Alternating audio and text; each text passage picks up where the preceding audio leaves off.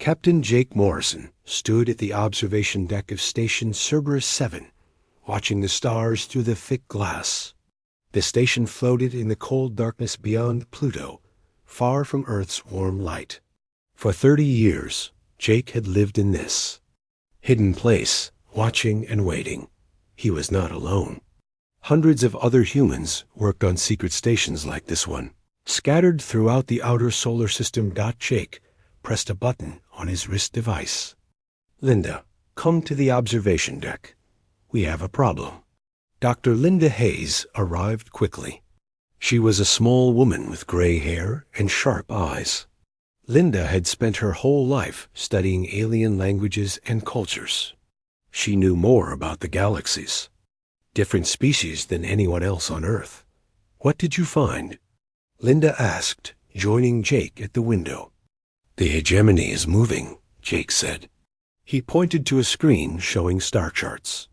3 fleets, each one bigger than anything we've seen before. Linda looked at the data. Her face grew pale. "They're heading toward the collective territories. This isn't just a border fight anymore." Jake nodded. "And look at this."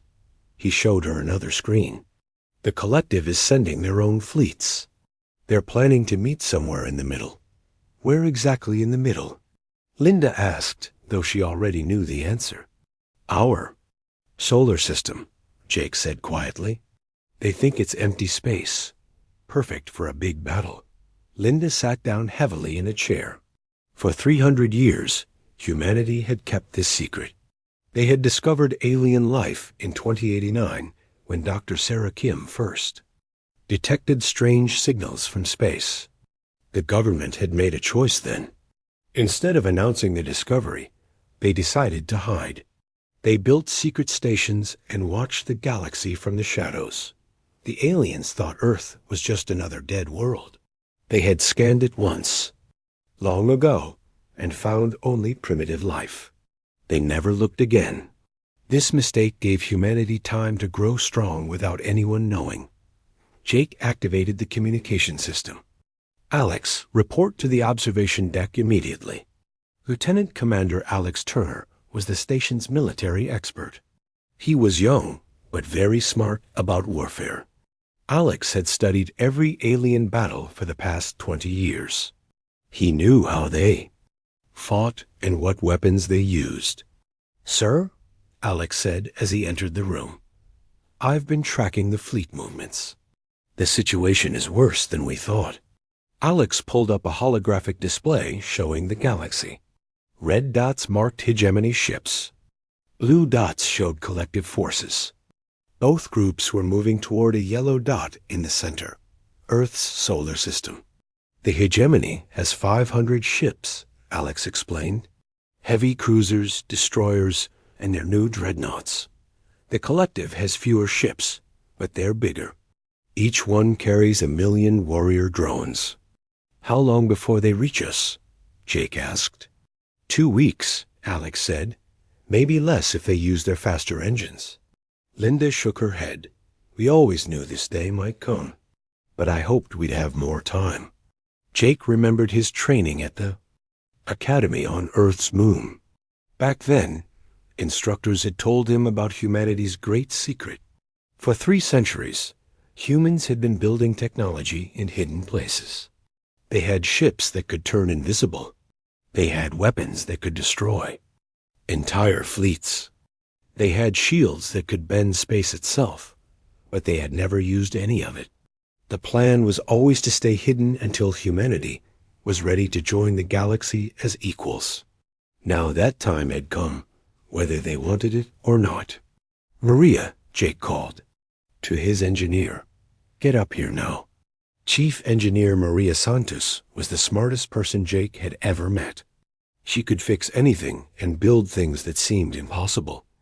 Maria had designed most of the station's stealth systems herself. "Captain," Maria said as she arrived, "I've been monitoring the alien communications. They're planning something terrible." She showed them intercepted messages from both fleets. The translations were rough, but the meaning was clear. Both sides planned to use Earth's solar system as their battlefield. They didn't care about the small blue planet orbiting the third star. They just wanted space to fight. "They're going to turn our home into a war zone," Linda said quietly. Jake felt anger growing inside him. For 300 years, humans had watched alien civilizations fight endless wars. They had seen planets burned and entire species destroyed. The hegemony ruled through fear and violence. The collective consumed everything in their path, like hungry insects. "Sir," Alex said, "we need to contact Earth Command. They have to know about this." Jake nodded. He walked to the communication console and entered a special code. The screen flickered and showed a man in a military uniform sitting in a dark room. "Admiral Blake," Jake said. "We have a code red situation." Admiral Susan Blake was the head of Earth's secret military. She commanded fleets that officially didn't exist. Her ships were hidden in asteroid belts and behind moons. For decades, she had prepared for this moment. "Report," the admiral said. Jake explained everything. The alien fleets, their destination, and the timeline. Admiral Blake listened without speaking. When Jake finished, she was quiet for a long moment. "How many ships are we talking about?" she asked finally. "Combined?" "Over 1,000, Alex answered. "This isn't a small battle. It's a war. And they're coming here," the admiral said. "To our home." "Yes, ma'am," Jake replied. "They'll be here in 2 weeks." Admiral Blake closed her eyes. When she opened them again, Jake saw something new there. Not fear, but determination. "Captain Morrison," she said, "activate all monitoring stations. I want to know everything about these fleets. Every ship, every weapon, every weakness." "Yes, ma'am." "And Captain," the admiral added, "prepare your crew. The age of hiding is over. The communication ended." Jake looked at his team. Linda was studying alien battle tactics. Alex was calculating fleet strengths. Maria was checking the station's defensive systems. "You know what this means," Jake said to them. "We're going to war," Linda replied. "After 300 years of peace," Alex added. "But we're ready," Maria said confidently. "We've been preparing for this day since we first learned about the galaxy." Jake nodded. Humanity had spent 3 centuries learning and growing in secret. They had built ships that could defeat any alien vessel. They had weapons that could destroy planets. They had soldiers trained for battles among the stars, but they had never wanted to use any of it. Humans preferred peace to war. They liked building things instead of destroying them. They wanted to explore the galaxy, not conquer it.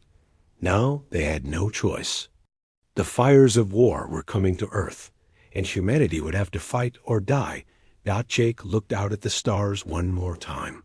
Somewhere in that darkness, alien fleets were racing toward his home.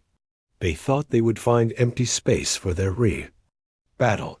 Instead, they would find humans ready to defend everything they loved. The secret was about to end. The galaxy was about to learn that Earth was not defenseless. Humanity had risen in the shadows, and now they would step into the light. War was coming, and humanity would be ready. Admiral Susan Blake stood in the war room deep beneath the Pacific Ocean. The room was carved from solid rock, 5 miles under the water.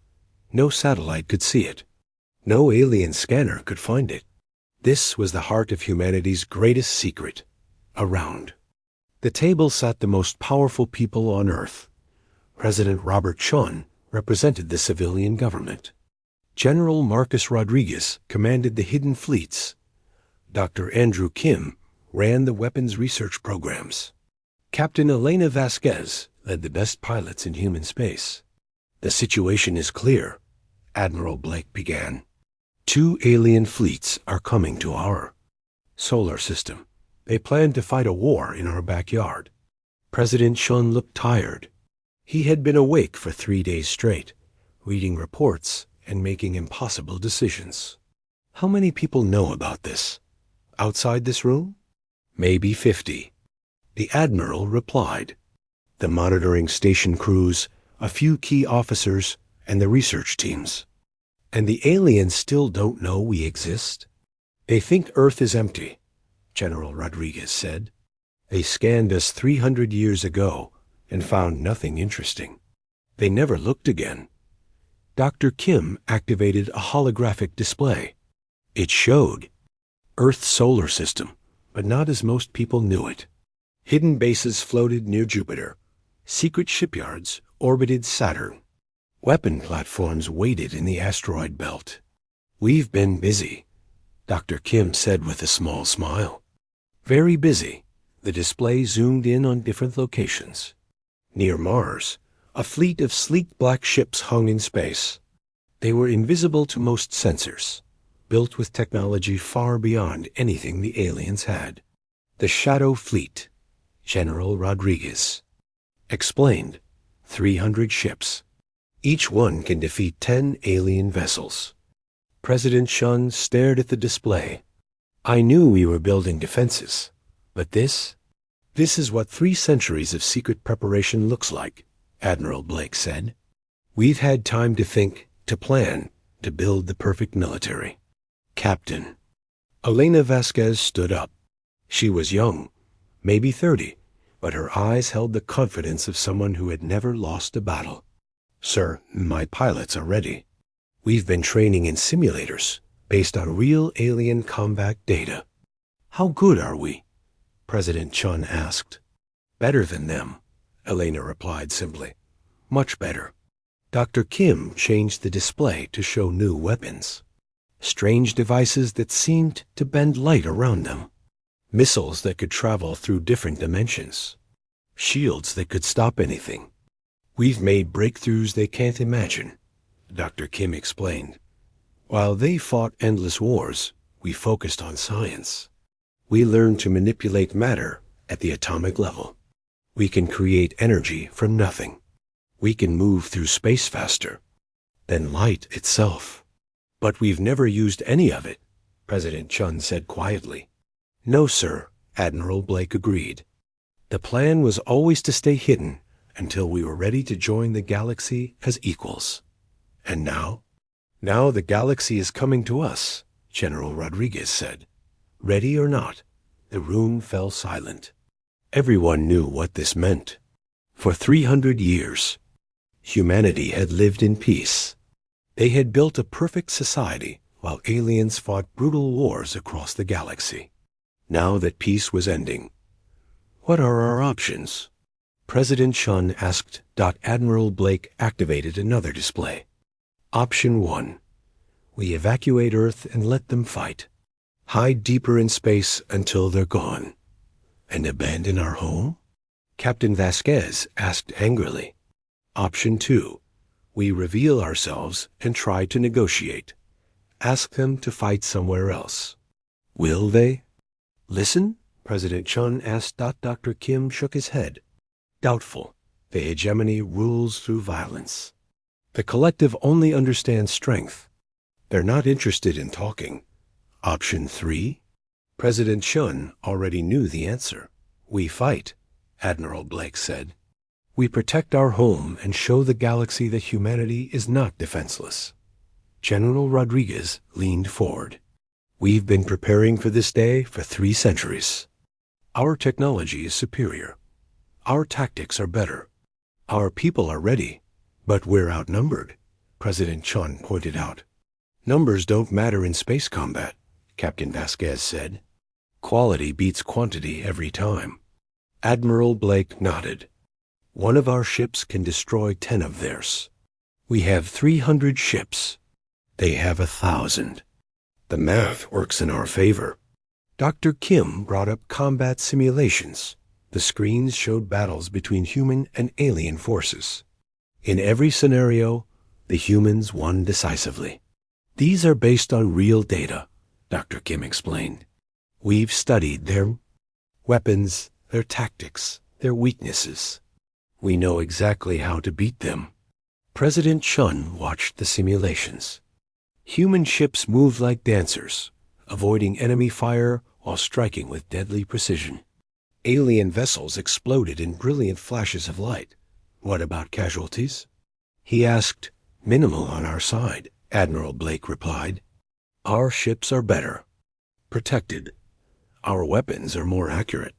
Our crews are better trained. And their casualties? Significant, General Rodriguez said without emotion. But they're the ones bringing war to our door.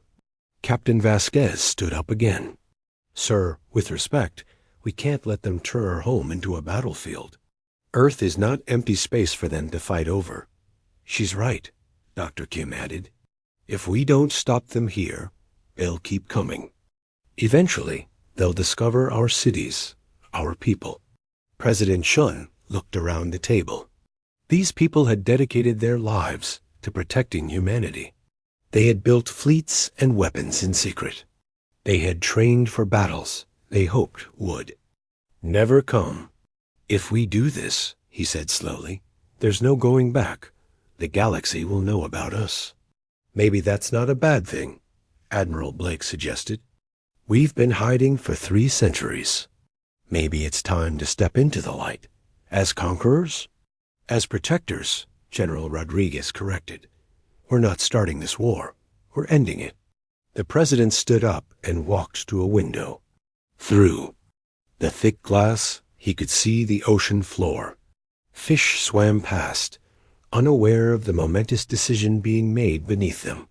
What do the monitoring stations report? He asked. Both alien fleets are accelerating, Admiral Blake replied. They'll be here in 10 days, not 2 weeks. Then we need to decide now, President Chun said. He turned back to the table. General Rodriguez, how quickly can we mobilize? The Shadow Fleet is already in position. My ground forces can be ready in 6 hours. Dr. Kim's weapons are online and waiting. Captain Vasquez? My pilots are standing by. Give us the word, and we'll launch within minutes. President Chun looked at each person around the table. They had spent their lives preparing for this moment. They had built humanity's first true military in centuries. They had created weapons that could reshape the galaxy. The decision is made, he said finally. We fight. Admiral Blake smiled. Yes, sir. When do we reveal ourselves? Let them come into our system first. Let them think they're safe. Then we show them what humanity has become. Dr. Kim activated the communication systems. All stations. This is command. Execute Operation Sunrise. The secret is over. Across the solar system, hidden bases came alive. Ships powered up their engines. Weapons charged their systems. For 300 years, humanity had prepared for this day. Captain Vasquez headed for the door. I need to brief my pilots. Elena, Admiral Blake called. Remember, we're not just fighting for Earth. We're fighting for the future of the galaxy. Yes. Ma'am, we won't let you down. As the meeting ended, President Chun remained at the window. Soon, the peaceful darkness of space would be filled with the fires of war. But humanity would be ready. The aliens thought they were coming to an empty system. They would learn that Earth was far from defenseless. Humanity had risen in secret, and now they would show the galaxy what they had become. The war was about to begin, and humanity would fight like never before. Ambassador Karen Wright stood in the gleaming conference room on Luna Base, Earth's hidden diplomatic facility. The room had been built for this exact moment, humanity's first official contact with alien civilizations. She adjusted her blue uniform and checked her translation device one more time. Are you ready for this? Asked Dr. Patricia Moore, the mission's xenopsychologist. Patricia had spent 20 years studying alien behavior patterns, preparing for this historic meeting. As ready as anyone can be for first contact, Karen replied, though I wish it was happening under better circumstances. Through the room's reinforced windows, Karen could see the approaching alien ships. The hegemony fleet looked like massive metal spears, dark and threatening. The collective vessels were stranger, organic-looking spheres that pulsed within her. Light. Lieutenant Sarah Mitchell worked at the communication console. She was humanity's best linguist, fluent in 17 alien languages. Both fleets are requesting permission to enter the system, she reported. Tell them we grant permission, Karen said. But they must follow our rules while they're here. Sarah translated the message and sent it. The response came back quickly, translated by the computer systems. There. Confused, Sarah said. They want to know who we are and why we're claiming this system. Tell them we are the representatives of Earth, the third planet. We wish to prevent unnecessary conflict in our home system. The alien responses were immediate and angry. The hegemony commander demanded to know how primitive humans had developed space travel. The collective questioned whether Earth was really inhabited by intelligent life. They're not taking us seriously, Patricia observed. This is expected behavior. Both species view themselves as superior to all others. Karen nodded. Then we'll have to prove we're worth taking seriously. In deep space, Commander Ryan Foster watched the alien fleets from his stealth ship UES Defiance. His vessel was invisible to alien sensors, allowing him to observe without being detected. What he saw worried him. Captain, his tactical officer, reported, the hegemony fleet is spreading out. They're taking attack positions. And the collective? Same thing. They're preparing for battle. Ryan opened a channel to Luna Base. Ambassador Wright, you need to see this. Both fleets are getting ready to fight. Karen received the message and felt her heart sink. The negotiations hadn't even begun, and already the situation was falling apart. Sarah, contact both fleet commanders. Tell them we insist on peaceful talks before any military action. The replies came back harsh and dismissive. The hegemony commander, a reptilian creature named Scare, declared that humans had no right to interfere. The collective spoke through a single voice representing millions of minds, stating that the conflict could not be stopped. They're ignoring. U.S., Patricia said. In their minds, we're just primitives who got lucky with technology. Karen made a decision that would change everything. Sarah, open a channel to all ships in the system. All of them. Ma'am, both fleets, every ship. I want them all to hear this. Sarah's fingers flew over the controls. Channel open. You're broadcasting to over 1,000 alien vessels. Karen took a deep breath. This is Ambassador Karen Wright of Earth. I am speaking for all of humanity. You have entered our star system. Without permission, you plan to fight a war in our home. This is unacceptable. The responses were immediate and mocking. Alien voices filled the communication channels, laughing at the primitive humans who dared to challenge them. We are not primitive, Karen continued, her voice growing stronger. We have been watching you for 3 centuries. We know your languages, your cultures, your military capabilities. We have chosen to remain hidden until now. The laughter stopped.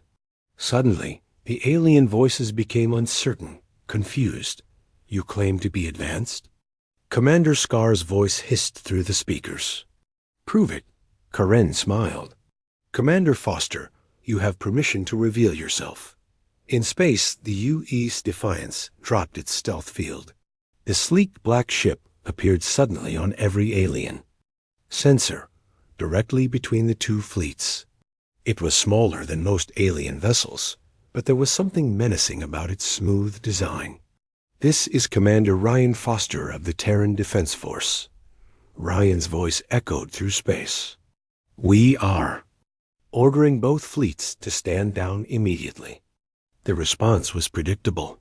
Dozens of alien weapons locked onto the Defiance. Both fleets prepared to destroy the single human ship. You are outnumbered 1,000 to 1, the collective voice stated. Surrender or be destroyed. I don't think so, Ryan replied calmly. What happened next shocked every alien in the system. The Defiance fired a single shot, not at the fleets, but at a large asteroid floating nearby.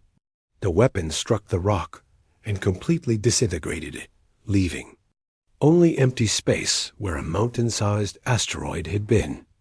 That was a demonstration, Ryan announced. Our weapons can destroy your ships just as easily. The alien chatter filled the communication channels again, but now it was fearful, not mocking. The humans had technology that could erase matter itself. On Luna Base, Karen continued her broadcast. For 300 years, we have watched your species fight endless wars. We have seen planets burned and civilizations destroyed. We chose to remain hidden because we hoped you would eventually learn to live in peace. Dr. Patricia Moore monitored the alien psychological responses. They're experiencing shock and disbelief, she reported. Their entire worldview is being challenged. But you have brought war to our door, Karen continued. You treat our home as empty space for your battles. This ends now. Commander Scar's voice returned, angry but cautious. You cannot stop us, humans. We have fought for 1,000 years. This war will continue. No, Karen said firmly. It will not. Suddenly, alarms began sounding throughout the system. On every alien ship, sensor operators reported the same impossible thing. Hundreds of human vessels were appearing out of nowhere, surrounding both fleets. The Shadow Fleet had revealed itself. General Marcus Rodriguez's voice echoed through space from his flagship. This is General Rodriguez of the Terran Space Force. You are surrounded. Power down your weapons and prepare to be escorted out of our system. The aliens found themselves facing a nightmare scenario. Sleek human ships hung in space around them, weapons charged and ready. The humans had somehow built a fleet that rivaled both alien forces combined. Impossible, the collective voice whispered. Your species was primitive when we last scanned your world. That was 300 years ago. Karen replied from Luna Base. We've been busy since then. Commander Scare made a fatal mistake. Enraged by the humans' defiance, he ordered his ships to attack. Hegemony vessels opened fire on the nearest human ships. The human response was swift and devastating. Energy beams lanced out from the Shadow Fleet, striking hegemony ships with surgical precision. In seconds, a dozen alien vessels exploded in brilliant fireballs. Cease fire, Karen shouted. All ships, cease fire immediately. The shooting stopped, but the damage was done. The galaxy had witnessed humanity's military power for the first time. Colonel Daniel Brooks led the boarding parties that secured the damaged hegemony ships. His Marines moved through alien corridors with deadly efficiency, demonstrating that humans were superior fighters even in close combat. The wounded are being treated, Colonel Brooks reported. We've taken prisoners, but there are many casualties. Sarah. Mitchell intercepted frantic communications from both fleets. They're calling for reinforcements, she reported. Both sides are requesting immediate backup. Let them come, Karen said quietly. The galaxy needs to know that Earth is not defenseless. Dr. Patricia Moore studied the alien psychological profiles. They're terrified, she observed. For the first time in their history, they've encountered a species that might be superior to them. The battle had lasted only minutes, but its effects would echo through the galaxy for generations. Humanity had stepped out of the shadows and revealed itself as a major power. The age of secrets was over. Ambassador, Sarah said, we're receiving surrender offers from both fleets. Karen looked out at the stars, where human ships maintained their positions around the alien forces. Tell them we'll consider their surrender. But first, they're going to listen to what we have to say. And what's that? That the wars end here. That the galaxy has a new protector. That humanity has risen, and things will never be the same. The first contact had gone very differently than anyone had expected. Instead of peaceful negotiations, It had become a demonstration of power. The aliens had learned that humans were not primitive creatures to be ignored. They had learned that Earth was defended by forces beyond their imagination. The galaxy was about to change forever. Fleet Admiral Christopher Stone stood on the bridge of his flagship, the UES Retribution. Around him, his crew worked at their stations with quiet efficiency. Through the main view screen, he could see the enemy fleet spread across space like a deadly cloud. Status report, Admiral Stone commanded. Enemy fleet consists of 200 ships, his tactical officer reported. Mix of hegemony and collective forces. They've stopped fighting each other and joined together against us. Admiral Stone nodded grimly. After the incident at Luna Base, word had spread throughout the galaxy. Both alien factions had put aside their ancient hatred to face the new threat.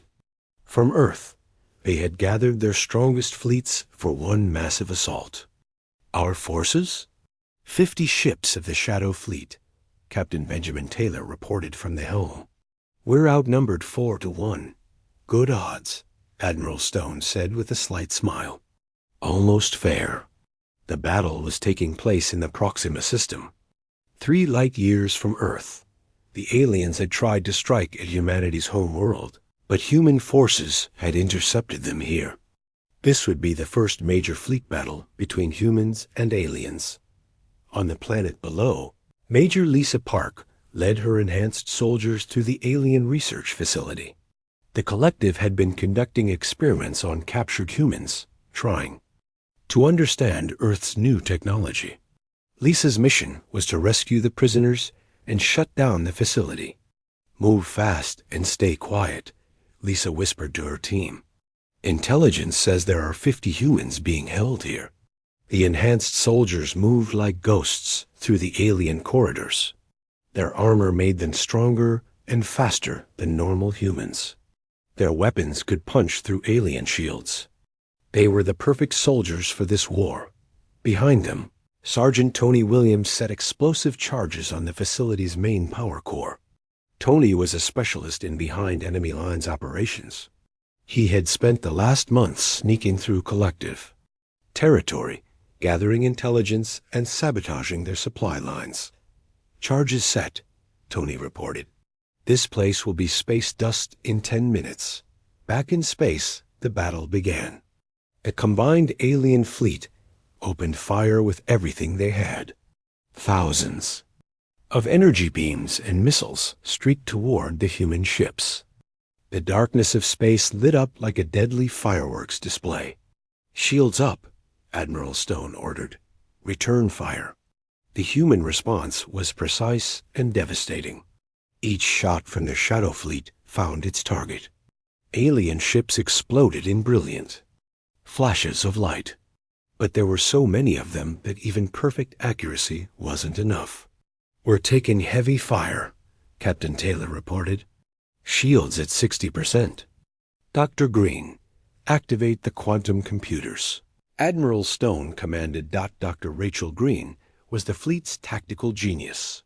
Her quantum computers could predict enemy movements with perfect accuracy. She could calculate the best strategy in seconds, even in the chaos of battle. Quantum systems online, Dr. Green announced. I'm reading their attack patterns, transmitting new orders to all ships. The human fleet began to move in perfect coordination. They dodged enemy fire while striking at weak points in the alien formations. It was like watching a deadly dance performed by machines. On the planet, Major Park's team had found the human prisoners. They were in bad shape but alive. The aliens had been studying them, trying to understand human biology and psychology. Get them to the transport, Lisa ordered.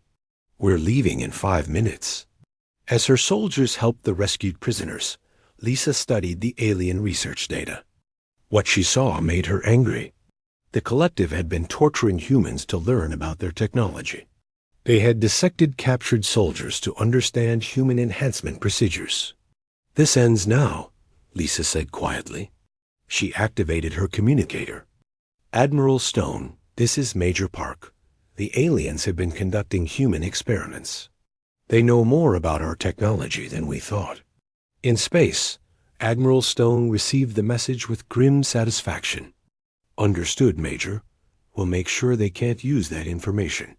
The battle was reaching its climax. Half the alien fleet had been destroyed, but the humans were taking losses too. 3 Shadow Fleet ships had been heavily damaged and were withdrawing from the fight. Sir, Captain Taylor called out, the enemy is preparing for a final assault.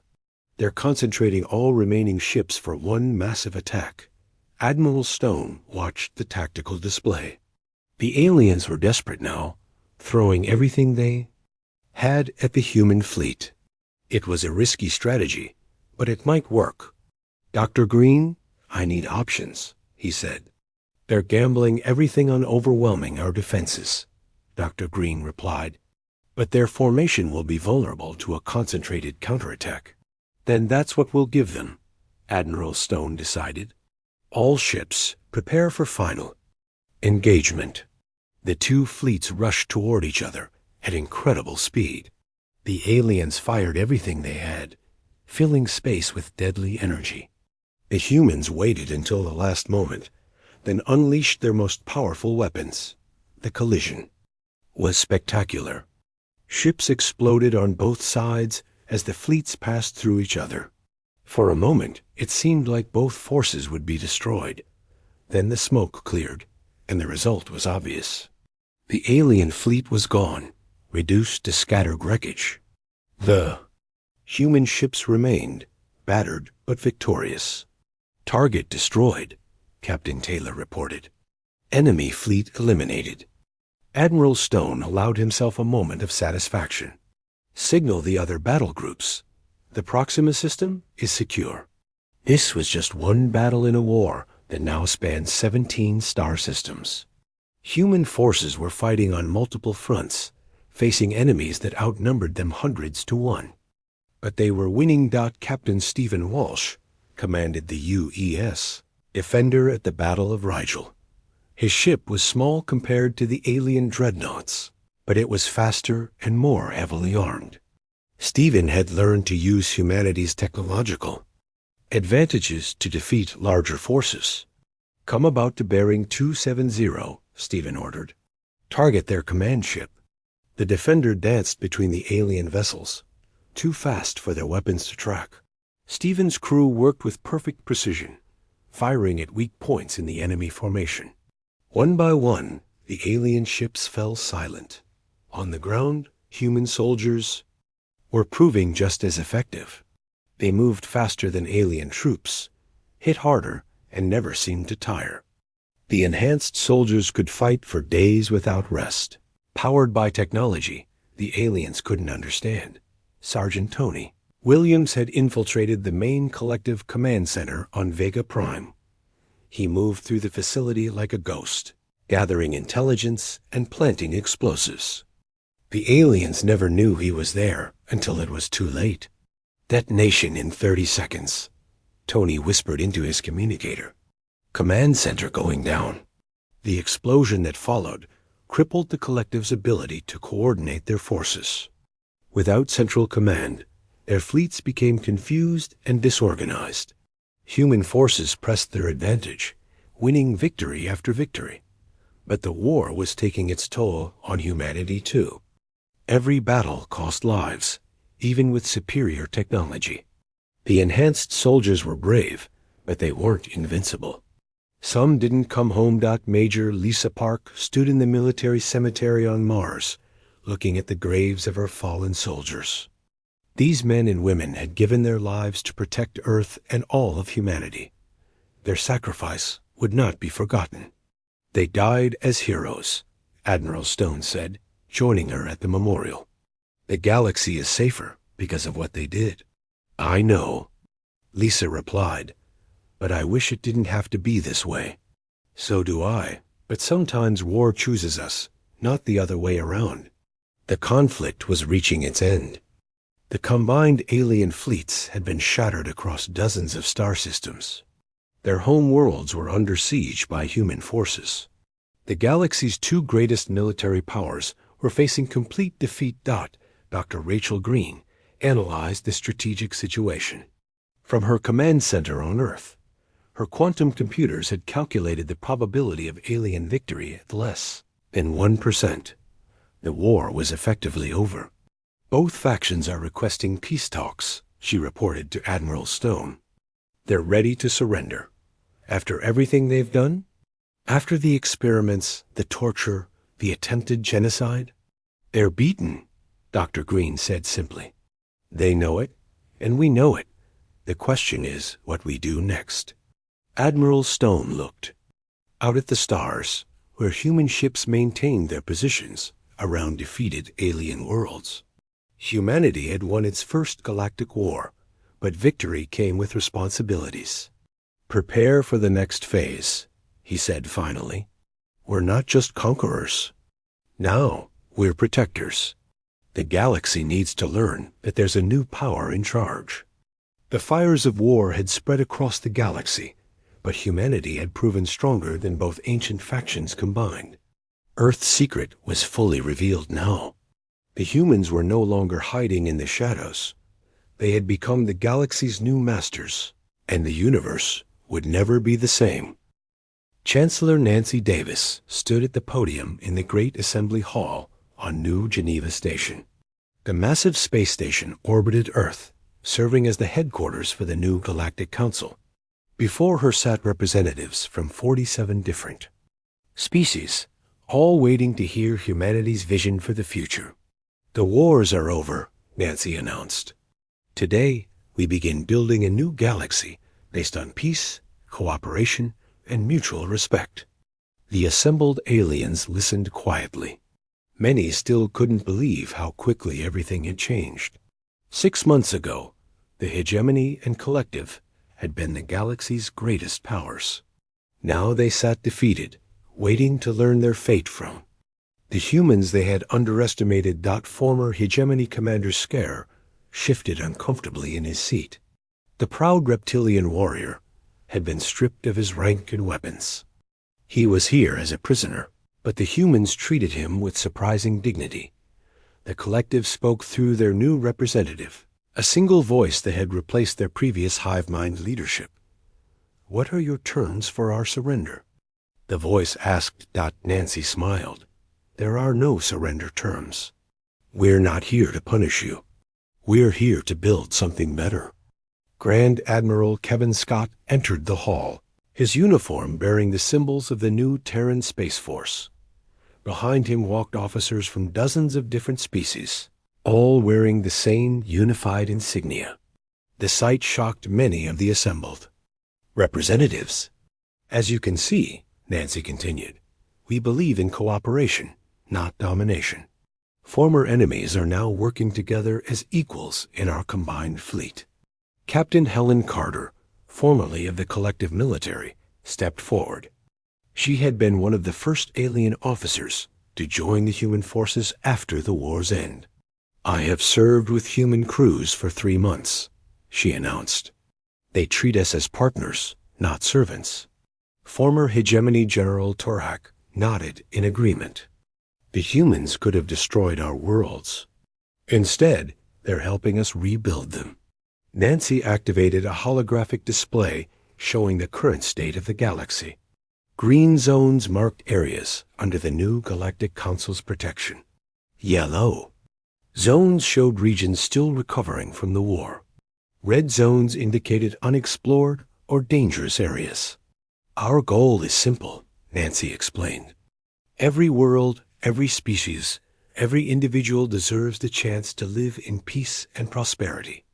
Ambassador George Clark took the podium next. He was humanity's chief negotiator, responsible for the complex process of integrating dozens of former enemy species into the new galactic government. The old ways are finished, George said firmly. No more conquest for conquest's sake. No more enslaving weaker species. No more endless wars over resources. He brought up detailed reconstruction plans. The humans had studied every damaged world, every broken infrastructure, every displaced population. Their plans were comprehensive and generous. We're offering full citizenship to any species that joins the Galactic Council, George continued. Equal representation, equal rights, equal opportunities. Dr. Helen Carter, the director of the Galactic Reconstruction Program, presented the next phase. She had designed systems to share human technology with former enemies, helping them rebuild their civilizations. We're providing medical technology to heal your wounded, Dr. Carter explained. Agricultural systems to feed your hungry. Power generation to restore your cities. Transportation networks to reconnect your scattered peoples. The assembled aliens listened with growing amazement. They had expected harsh punishment or slavery under human rule. Instead, they were being offered partnership and assistance. Why? Asked Zethron, a former collective scientist. Why help those who tried to destroy you? Nancy returned to the podium. Because that's who we are. Humans believe that everyone deserves a chance to be better than they were. Captain Stephen Walsh entered the hall, leading a mixed crew of humans, former hegemony soldiers, and ex-collective drones. They moved together with perfect coordination, their different species working as a unified team. This is the future, Stephen announced. Ships crewed by multiple species, each contributing their unique strengths to the common good. The demonstration was powerful. Former enemies working side by side, protected by human technology, but contributing their own knowledge and skills. It was a model for the entire galaxy. What about our homeworlds? Commander Scare asked. What happens to our people? They remain your people, Nancy replied. We're not conquerors, we're protectors. Your worlds will be governed by your own people, with support and guidance from the Council. Admiral Scott activated another display showing the new galactic map. Instead of the old territorial divisions between hegemony and collective space, there were new regions based on species and cultural groups. Each member species gets to govern their own territory, Admiral Scott explained. But everyone follows the same basic laws. No aggressive wars, no slavery, no genocide. And if someone breaks these laws? Asked a representative from the Vorthan Empire, a smaller faction that had stayed neutral during the war. Then we stop them, Admiral Scott said simply. The Terran Space Force exists to protect the peace. Dr. Helen Carter brought up statistics from the reconstruction efforts. In just 6 months, human technology had restored power to 1,000 worlds. Medical advances had saved millions of lives. Agricultural improvements had ended famine on dozens of planets. This is what cooperation can accomplish, she said proudly. When we work together instead of fighting each other. The transformation wasn't just technological. Human culture was spreading throughout the galaxy, bringing new ideas about individual rights, democratic government, and peaceful conflict resolution. We're not trying to make you into humans, Nancy clarified. We want you to become the best versions of yourselves. Captain Walsh shared stories from his integrated crew. Former enemies who had become close friends. Species that had never communicated before now working together on common projects. Children from different worlds playing together in the ships. Recreation areas. The young ones adapt fastest, Stephen observed. They don't remember the old hatreds. To them, this cooperation is normal. Ambassador Clark presented the formal structure of the new government. The Galactic Council would have representatives from every member species. Decisions would be made by majority vote, with special protections for minority rights. No single species will dominate the others, George promised. Not even humans. We may have won the war, but the peace belongs to everyone. The question period that followed revealed how much the galaxy had changed. Former hegemony warriors asked about joining human exploration missions. Ex-collective scientists wanted to collaborate on research projects. Neutral species requested protection and membership in the new order. What about expansion? Asked Dr. Yathara, a researcher from the Academic Coalition. There are still unexplored regions of the galaxy. We explore together, Nancy replied, peacefully and respectfully. If we encounter new species, we offer friendship, not conquest. Admiral Scott showed images of the new joint exploration fleets. Human ships worked alongside vessels from dozens of species, their combined knowledge and capabilities far exceeding what any single faction could achieve. The galaxy is vast, Admiral Scott noted. There's room for everyone to grow and prosper. As the session continued, it became clear that humanity's vision was becoming reality. The old cycle of endless warfare was broken. In its place, a new civilization was emerging based on cooperation and mutual benefit. The secret is out, Nancy said in her closing remarks. Humanity rose in silence for 3 centuries, watching and learning. We saw the galaxy's potential and its problems. Now we're working together to build something better. Former Commander Scare stood up slowly. I fought humans in battle. I expected to die as your prisoner. Instead, you offer me a place in your new order. Why? Nancy smiled warmly. Because everyone deserves a second chance. Your people were warriors, because that's all they knew. Now they can learn to be builders instead.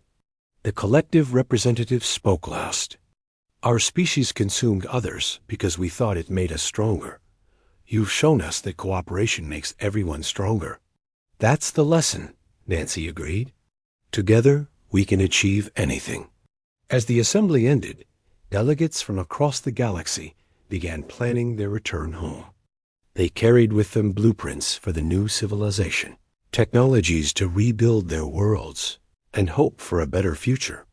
The fires of war had burned across the galaxy, but from those ashes had risen something unprecedented, a truly united galactic civilization led by the species that had risen in secret and emerged as humanity's greatest achievement. The age of endless war was over. The age of cooperation had begun, and at its heart was the simple human belief that everyone, no matter their past, deserved a chance to build a better tomorrow. Humanity had kept their secret for 3 centuries, growing strong in the shadows. Now that strength served not to conquer, but to protect and nurture a galaxy, learning to live in peace. The future stretched ahead, bright with possibility.